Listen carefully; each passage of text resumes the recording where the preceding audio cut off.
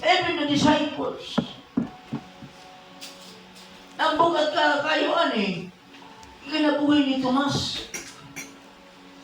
Namingon siya sa iyo kang Maria, gawas na makita na ko ang buslot sa iyong tiil, ang buslot sa iyong mga kamot, o may suksok na ko akong tutlo. Hindi ko matuo ang atong Ginoong Jesucristo buhi. But imagine,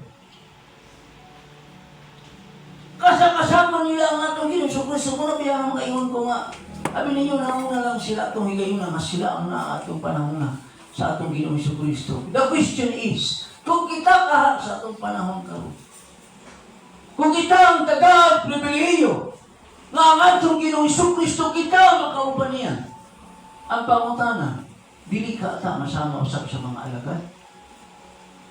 Mas sinusay ba kita ang usa sa musinggit nga, crucify Him! Hello? Bagamat ko ako ang inyong pais, hatagon o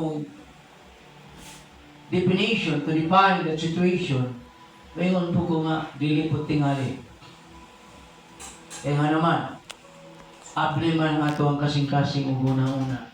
For example, the monthly living like Jesus, may pinag-iba ba? Hello? Literal na ang atong Ginoong Jesucristo sa ilang panahon. Sa ato living like Jesus. Amen? Pero halos wala'y pinaglain. Question. Pag wato ka karon sa mga dagkong mga churches, pag mayroong living like Jesus, apostol nato ni Carillo, wala. Wala. Hello? Amen?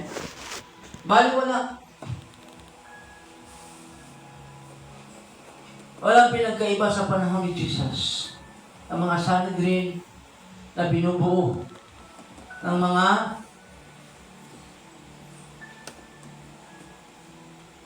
taong well-known pag-abot sa scripture o sa law.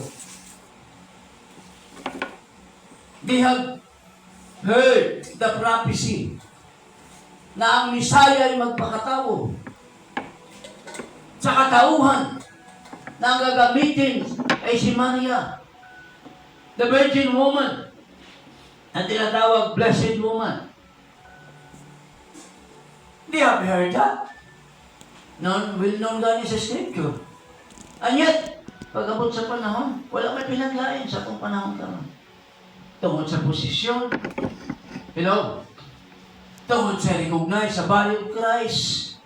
Sa panahon sa itong Ginoong Jesucristo, kini sila si Caiaphas, kini si Anas. Amen? Daghang kay Joseph Arimatea. Naniwala sa mandato. Living like Jesus, solve kayo. Katulad nga ning bagulang nahing aging chairman sa PIMA.